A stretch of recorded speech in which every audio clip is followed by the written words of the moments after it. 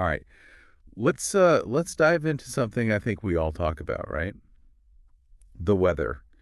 You sent us a podcast episode all about weather vocabulary in English. Sounds like you want to spice up your everyday conversations a bit. Yeah, and you know what's so fascinating to me is how, like, even a simple topic like the weather can reveal so much about culture, about perception. It's not just about knowing the words. It's about how different cultures experience and express the same phenomenon. Huh. I never thought about it like that. So this podcast we got starts off with like basic temperature words. Hot, warm, cool, cold, freezing. Pretty simple, right? Yeah. But I was really struck by something the host said about how these terms can be used metaphorically. Yeah, absolutely. It's a really common linguistic phenomenon. We use temperature words to describe emotions and situations all the time. Like, think about it, a heated debate or a cold reception. Yeah. But do those metaphors translate across cultures? Does a cold reception carry the same weight in different languages? That's kind of a question worth exploring. Ooh, I like that.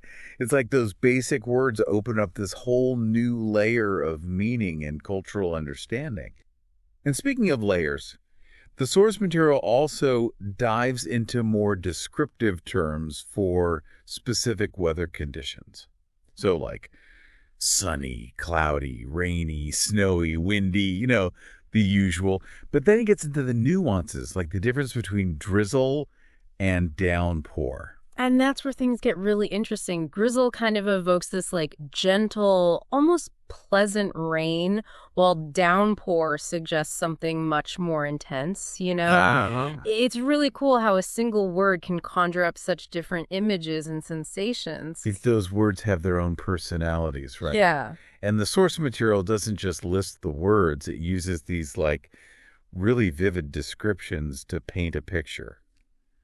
Like the way it talks about fog reducing visibility and making driving dangerous. It makes you feel like you're right there in the thick of it. Exactly. It's not just about like understanding the dictionary definition, right? It's about experiencing the weather through language. And that brings us to a point I think is particularly important: extreme weather events. Right. The podcast mentions heat waves, droughts, floods, hurricanes, those events that make headlines and, have a real impact on our lives. It even mentions the different names for hurricanes depending on where they occur. Typhoons, cyclones. Yeah, and I think it's so crucial to understand the language we use to describe these events because it shapes our perception of their severity. When we hear terms like historic drought or unprecedented flooding, it helps us grasp the magnitude of the situation. Yeah, it goes beyond just knowing the vocabulary. It's been understanding the impact these events have on people, and on the planet. But I have a question. How do scientists actually define an extreme weather event? Is there a specific threshold, like a measurement, they use? That's a great question, and it's one that scientists are constantly grappling with. The definition of extreme can vary depending on the region and the historical context. What might be considered extreme in one part of the world could be relatively normal in another. Yeah, that makes sense. It's like the baseline for extreme is constantly shifting. Yeah. Especially with the impacts of climate change, becoming more apparent. Exactly. And that's why it's so important to be aware of the language we use, to stay informed about the science behind these events. It's not just about knowing the words, it's about understanding the complexities of our changing world. Yeah, I'm already feeling like I have a deeper understanding of weather, and we've only just scratched the surface. And that's the beauty of language, it has this power to unlock new perspectives and connect us to the world in a more profound way. Okay, before we get too carried away, I want to come back to something you mentioned earlier about how we use these words in actual conversations. The podcast gives some examples of like small talk scenarios. Yes, it does. And I think that's where the rubber meets the road, right? Like, It's all well and good to know all these fancy words, but can you use them naturally and confidently in, like, everyday situations? All right, let's put our newfound knowledge to the test. Let's say you're running into a friend on a scorching summer day. What might you say? Well, you could, keep it simple. Say something like, wow, it's a scorcher out here today. Okay, that's a good start. But let's try using some of the more descriptive language we've been talking about. What if you said something like, this heat is relentless. I feel like I'm melting. That's a great example. You've added a bit more personality and imagery to your description, and it invites your friend to share their experience as well. So it's not just about conveying information. It's about connecting with the other person, engaging in a more meaningful way. I'm starting to see how even small talk can be an opportunity to express ourselves more creatively. Precisely. And that's where the real power of language lies. It's not just a tool for communication, it's a way to connect, to share, and to enrich our understanding of the world. I'm really enjoying this deep dive. It's making me think about language in a whole new way. And I'm starting to get excited about using all these new words and expressions in my own conversations. I'm glad to hear that. And remember, the key is to practice and to have fun with it. The more you use these words, the more natural they'll become. So we've covered a lot of ground in this first part of our deep dive. We've explored the basic vocabulary of weather, delved into the nuances of descriptive language, and even touched upon the complexities of extreme weather events. But there's still so much more to uncover. Absolutely. In the next part, we'll delve deeper into the cultural aspects of weather vocabulary and explore how language evolves to reflect our changing climate. I can't wait. But for now, we'll leave you with this thought. What are some of the most interesting or unusual weather words you've come across in your own language or in your travels? It's a question worth pondering, and perhaps it will spark a new appreciation for the power of language to capture the beauty, the complexity, and the ever-changing nature of the world around us. As we were talking about those small talk scenarios, it made me think about the role of humor in weather conversations. Can you really crack a joke about, a blizzard? Or is it best to stick to the facts? That's a really good question. I think it depends on the context, and who you're talking to. Humor can be a great way to lighten the mood, to build rapport, but it's important to be sensitive to the situation. Like, if someone's just been affected by a severe storm, probably not the best time to crack a joke about their flooded basement. Right. Good point. It's all about reading the room. But I do think there are times when humor can be a really powerful tool, even when we're talking about something as serious as the weather. Like, I once got caught in a downpour. It was so heavy, I swear I saw fish swimming down the street. It was like something out of a movie. I love that. And that's a perfect example of how humor can help us connect with others, make light of a potentially stressful situation. It's about finding that shared experience and finding the absurdity in the everyday. Exactly. And speaking of shared experiences, I'm curious to delve a little deeper into the cultural aspects of weather vocabulary. I know we touched on this briefly earlier, but I feel like there's so much more to explore there.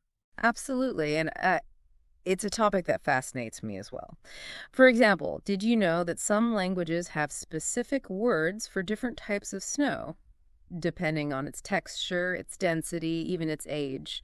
Like in the Inuit language, for instance, there are dozens of words for snow reflecting its, central role in their culture and survival. Wow. That's incredible. It really highlights how language shapes our perception of the world and how different cultures prioritize different aspects of their environment. I wonder, though, do those nuanced distinctions get lost in translation? Often they do. Yeah. And that can lead to misunderstandings or even like misinterpretations of cultural values. Imagine trying to describe the specific beauty of freshly fallen snow to someone whose language only has one generic word for snow. It's like trying to paint a masterpiece with only one color. That's a great analogy. It makes me wonder if there are other weather-related words or expressions that have, unique cultural significance. What about idioms, proverbs? Oh, there are countless examples. In English, we have phrases like save for a rainy day or come rain or shine. These idioms reflect our cultural values like preparedness and resilience. But other cultures may have completely different ways of expressing those same ideas using like imagery and metaphors that are rooted in their own unique experiences and beliefs. Yeah, I'm starting to realize that learning about weather vocabulary isn't just about expanding your vocabulary. It's like opening a window into different cultures, different ways of thinking. Exactly. And it can also make us more aware of our own cultural biases and assumptions. For example, the way we talk about weather can reveal our attitudes towards nature, our sense of control over the environment, even our beliefs about fate and destiny. We were talking earlier about how climate change is impacting weather patterns. I wonder how that's influencing the way we talk about weather. Are we seeing new words or expressions emerging to describe these changes? We absolutely are. Think about terms like heat dome, atmospheric river, or fiornado. These are, relatively new words that have entered our vocabulary to describe those extreme weather events that are becoming more common because of climate change. It's almost like our language is struggling to keep up with the rapid pace of change. Yeah. It makes you wonder, what other new words will we need to invent in the coming years as the impacts of climate change become, even more pronounced? That's a really thought-provoking question, and it highlights the fact that language is a living, evolving entity, right? Constantly adapting to reflect our changing world. The way we talk about weather today is likely to be different from the way we talk about it in 50 or 100 years. Yeah, it's almost like language is a barometer for how we're experiencing and understanding the world around us. And as that world continues to change, our language will change right along with it. Exactly. And that's why it's so important to be aware of the power of language, to be mindful of the words we choose, and to be open to new ways of expressing ourselves. This deep dive has been so insightful. I feel like I've gained a whole new appreciation for something I used to take for granted. Yeah. The simple act of talking about the weather. But it's so much more than that, isn't it? It's a reflection of our culture, our values, our understanding of the world around us. I couldn't agree more. It's a reminder that even the most mundane topics can be full of wonder and complexity if we take the time to explore them. Okay, before we get too philosophical here, let's come back to the source material for a moment. The podcast we've been discussing also offers some practical tips on how to use weather vocabulary in everyday conversations. What are some of the key takeaways? One thing I picked up on was it's all about finding that balance between being informative and engaging. You don't want to sound like a walking weather encyclopedia, right? But you also don't want to be stuck in a loop of, it's hot today, isn't it? Right, exactly. It's about using your newfound vocabulary to paint a picture, evoke a feeling, to connect with the other person on a deeper level. So, like, instead of just stating the temperature, try describing how that heat makes you feel. Instead of just saying it's raining, maybe talk about the sound of the raindrops or the way the pavement glistens. It's like adding those little details that bring the conversation to life. Yeah. And I think that's what makes this whole deep dive so fascinating. It's not just about learning words. Right. It's about learning how to use language in a more creative and expressive way. I couldn't agree more. It's about finding your voice, using it to connect with others, share your experiences, make sense of the world around you. And, as we wrap up this deep dive, I'm struck by a thought. We've talked a lot about the science of weather, the culture of weather, the impact of weather on our lives. But what about the poetry of weather? Ah, yes. There's a whole other dimension to explore there. Think about how poets and writers have used weather imagery to, evoke emotions, create atmosphere, Yeah. to symbolize the human condition. From Shakespeare's Tempest to Emily Dickinson's Snow, weather has been a source of inspiration for artists throughout history. It's like weather has this inherent power to move us, to make us feel, to make us think. And language is the tool that allows us to capture and share those experiences. Beautifully said. It's a reminder that language is more than just a means of communication. It's an art form, a way of connecting with the world on a much deeper level. So we've journeyed from basic vocabulary to cultural nuances to the very poetry of weather. It's been quite a deep dive. It has indeed. And I hope it's inspired you to pay closer attention to the language of weather, to appreciate its richness and complexity, and to use it in your own unique way. And who knows, maybe you'll be the one to coin the next great weather metaphor or write the next epic poem about a blizzard. The possibilities are endless. We found some really cool material. It's kind of set up like a podcast episode. Oh, interesting. Yeah, from Podcast Weather too. And we're pulling out all the most interesting bits about how to describe like different types of weather. So instead of just saying rain, you could say downpour. Get a little fancy. So like leveling up our weather vocab. Exactly. I like it. And think about it. Wait. It can actually help you make better decisions about your day, like what to wear, Right. even your mood. Absolutely. So we're going to hit it all. Sunny days, Of course, gotta have those. cloudy days, all kinds of rain, Oh, yeah. snow, Yeah. wind, storms, even those crazy extreme weather events. You ready to become weather word wizards? I'm ready. All right, let's do it. Let's start with the basics. Gotta have a good foundation. The sunny days. Okay, so simple. Our source material starts with sunny, which we all know. But it also mentions partly sunny.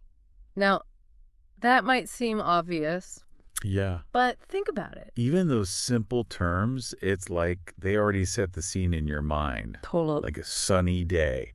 You're already thinking picnics, sunglasses, good vibes. Exactly. But what happens when those sunny vibes start to, fade a little? The clouds roll in, and we're talking cloudy Okay. for a generally gray sky. So cloudy is like the first hint that things might be changing, maybe. Right. But then it can escalate to overcast, Oh, yeah. where the clouds are completely blocking the sun. And it often follows overcast skies. Rain. And our sources give us a whole bunch of words to describe rain, Oh, good. which is super useful because not all rain is created equal. No, not at all. We have the general rain, of course. But then there are showers. Those quick bursts that might catch you off guard. And drizzle, which is so light and misty, you might not even need an umbrella. I mean, some people might enjoy that. Yeah, a light drizzle. A leisurely stroll in the drizzle. Yeah. But then there's the opposite end of the spectrum. Downpour. Oh, yeah. The kind of rain that makes you run for cover and wonder if you'll ever be dry again. And that's exactly why these distinctions are so important, right? Because if you know the difference between a drizzle and a downpour, it helps you decide, do I grab an umbrella, wear my waterproof boots, or just stay inside? Stay inside. Cozy up with a good book. Good point.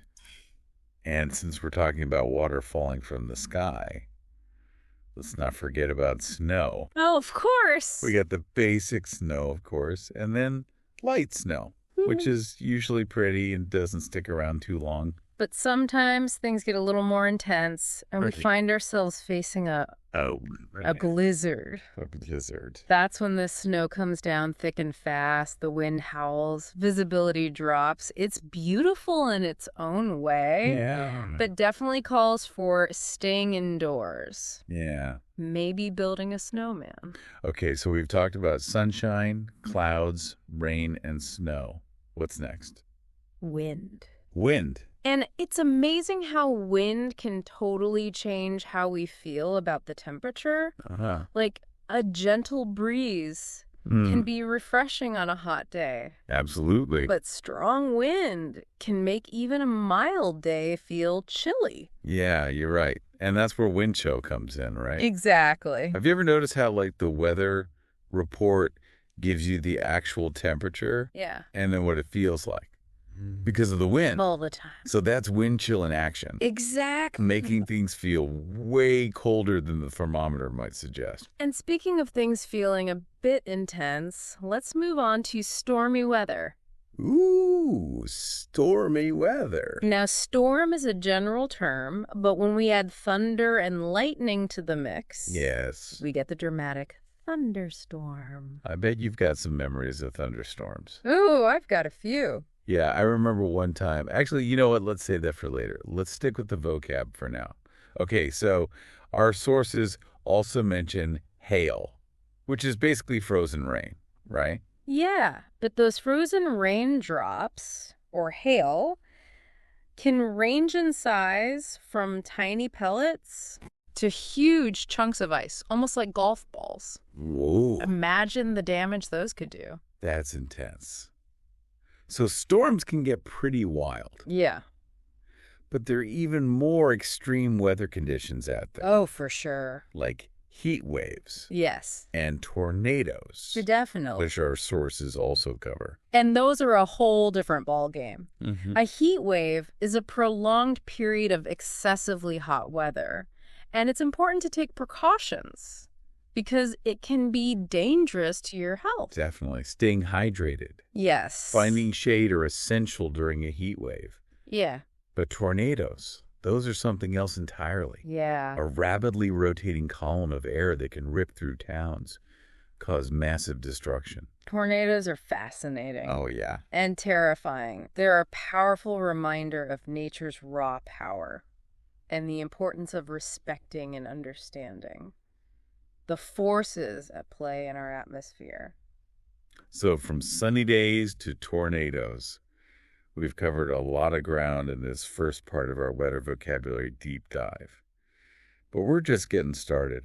You know, as we delve deeper into these weather terms, it strikes me how language adapts to capture the nuances of something as universal as weather. It's like we're constantly trying to find new ways to describe those ever-changing skies above us.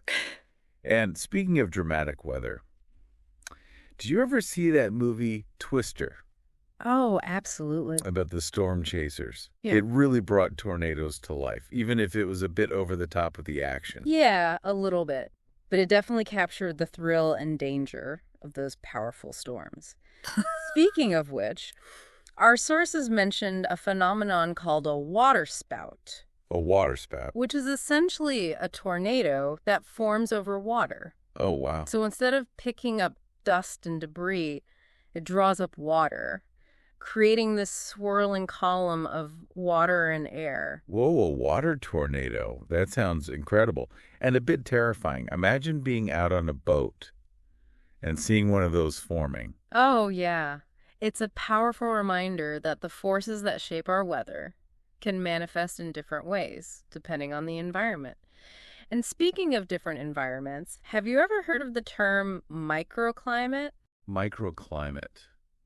I think I've come across that term before, but I can't quite recall what it means. Well, a microclimate refers to a small area with a climate that's distinct from the surrounding area. For example, a valley might be cooler and more humid than a nearby hillside. Oh, right. Like how you might feel a temperature difference just walking from one side of your house to the other, especially if one side is shaded by trees. Exactly. Microclimates can be influenced by various factors, such as elevation, vegetation, and proximity to bodies of water. So even within a relatively small area, there can be these fascinating variations in weather patterns. It makes me wonder how meteorologists account for those microclimates when they're making forecasts. That's a great question. They actually use something called mesoscale meteorology to study those localized weather phenomena. It's a reminder that weather is incredibly complex and dynamic. Well, it's certainly more than just looking out the window Yeah. and saying, it's sunny. Mm. Our sources also mention something called wind chill, which I think we touched on earlier. It's that effect where the wind makes it feel colder than the actual temperature. Got it. Wind chill is a crucial factor to consider, especially during the winter months. It can make a big difference in how you dress and how long you can safely stay outdoors. Definitely. I remember one winter day when the temperature was technically above freezing, but the wind was so strong, it felt like it was below zero. Wind chill can be brutal. Absolutely. And speaking of things that can be brutal, our sources delved into some terminology related to forecasting, particularly the role of the National Weather Service. Oh, yeah, the National Weather Service. They're the ones who give us those daily forecasts and issue warnings when severe weather is on the way. Exactly. They play a vital role in monitoring weather conditions and keeping the public informed. They use all sorts of sophisticated tools and technology, like weather balloons, satellites, and computer models to track weather patterns and predict what's coming next. It's incredible how far weather forecasting has come. I remember my grandparents used to rely on the Farmer's Almanac and looking at the clouds to predict the weather. Now we have all this technology to help us stay ahead of the storms. And they communicate their forecasts using terms like probability of precipitation or chance of thunderstorms. Yeah. Those percentages give us a better understanding of how likely certain weather events are to occur. Those forecasts are so helpful for planning outdoor activities, especially if you're like me and always checking the weather app before heading out for a hike or a bike ride. Absolutely. Accurate weather forecasting can make all the difference in ensuring a safe and enjoyable outdoor experience. And speaking of safety, our sources also mentioned the Fujita scale. The Fujita scale? Which is used to measure the intensity of tornadoes based on the damage they cause. Oh, right, the Fujita scale. I've heard of that. So an F5 tornado would be the most powerful and destructive, the kind that can level entire neighborhoods. That's correct. The F scale is a crucial tool for meteorologists to categorize tornadoes and understand their potential impact. It helps emergency responders prepare for and respond to tornado events, and it helps the public understand the risks associated with different levels of tornado intensity. It's a reminder of the awesome power of nature and the importance of being prepared for severe weather events. Yeah. But let's shift gears for a moment and talk about something a little less intense. Our sources mentioned the term dew point, which I'm not entirely familiar with. The dew point is the temperature at which the air can no longer hold all of its water vapor, and some of that vapor condenses into liquid water, forming dew. So if the dew point is high, it means the air is more humid, right? And that's why we feel sticky and uncomfortable on those humid days. Exactly. The dew point is a great indicator of how muggy or dry the air feels. It's another one of those seemingly simple terms that holds a lot of meaning. When it comes to understanding our weather, well, we've certainly covered a wide range of weather terms in this second part of our deep dive. From microclimates to tornadoes and everything in between. I'm feeling more weather savvy already. Me too. And we've still got more fascinating weather-related terms to explore. In the final part of our deep dive, stay tuned for more. Okay, so we're back for the final stretch of our weather vocabulary journey. Part 3. It's crazy how much there is to learn about something, that we experience every single day. I know. You think you've got it, and then there's always something more to learn. It's like we've not only expanded our vocabulary, but we've gained a deeper appreciation for the complexity of weather. Yeah. And how everything's kind of interconnected. Absolutely, yeah. You know what else is connected to weather? Our sources mention different types of precipitation. Okay. Which is just a fancy way of saying anything that falls from the sky. Mm. Like rain, snow, and everything in between. Right. We already talked about rain and snow. But what about those other forms of precipitation? Like, what about sleet and freezing rain? Ah, yes. Those can be tricky. Sleet is essentially a mixture of rain and snow, or partially melted snow. It's that messy, slushy stuff. That makes walking a real adventure. Yeah, it's not fun. And then there's freezing rain, which is even more treacherous. Freezing rain, that sounds kind of scary. It can be.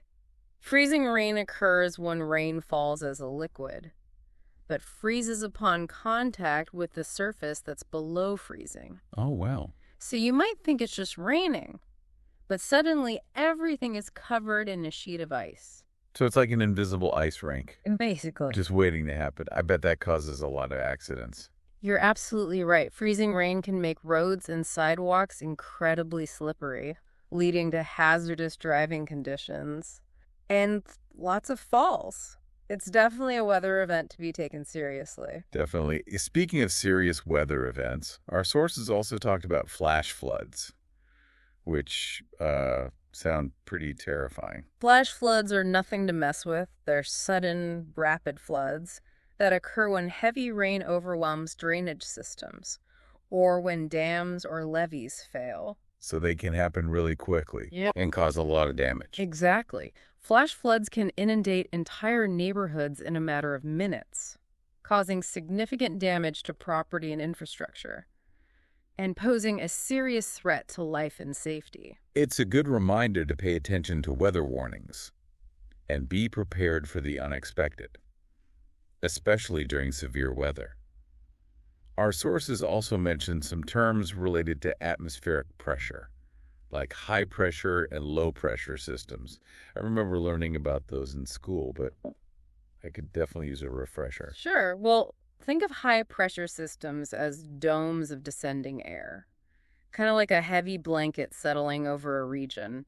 High pressure typically brings clear, stable weather with sunny skies and calm winds. Okay, so high pressure equals good weather. Generally speaking, yes. Okay. What about low pressure systems? Low pressure systems are like vacuums that draw air upward. As that air rises, it cools and condenses, forming clouds and often leading to precipitation. So low pressure means we're more likely to see clouds, rain, or even snow. That's right. It's all about the movement of air masses and the interplay of temperature, pressure, and moisture. Wow. It's amazing how these seemingly simple terms, like high pressure and low pressure, can explain such complex processes that shape our weather. And speaking of things that shape our weather, our sources also mention something called a front, which sounds kind of ominous. Well, in meteorology, a front is simply the boundary between two different air masses. You often hear about cold fronts and warm fronts. Right. I remember those terms from the weather reports. So a cold front brings in a mass of cold air. That pushes out the warmer air, while a warm front brings in a mass of warm air. That overrides the colder air. Exactly. And those transitions between air masses can trigger significant shifts in weather conditions, including changes in temperature, wind, and precipitation. So if you see a front approaching on the weather map, you know you're in for some changes. Exactly. It's like a constant battle between the forces of hot and cold up there in the atmosphere. It really is. And as we wrap up our weather vocabulary deep dive, I think it's important to remember that we've only scratched the surface of this vast and fascinating subject. Oh, for There's sure. so much more to learn and explore. Definitely. But armed with this expanded vocabulary, you'll be able to describe weather conditions with greater precision and nuance, understand weather forecasts better, and maybe even impress your friends with your newfound weather wisdom. Yeah, drop some knowledge on them. And who knows, maybe you'll even be inspired to learn more about meteorology and the science behind the weather. It's truly a captivating field of study. It is. Well, that brings us to the end of our weather vocabulary deep dive. I hope you enjoyed this whirlwind tour of weather terms. Now, next time you check the forecast, or step outside and feel the wind on your face, you'll have a whole new appreciation for the language we use to describe the ever-changing world of weather. So, stay curious, keep exploring, and most importantly, stay dry.